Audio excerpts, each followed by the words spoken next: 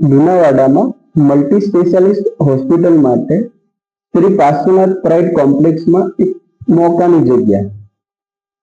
કોમ્પ્લેક્સની વાત કરું તો 30,000 square foot open space parking, 4 automatic lift, fire safety, CCTV camera એવી ઘણી બધી ફેસિલિટી સાથેનું કોમ્પ્લેક્સ.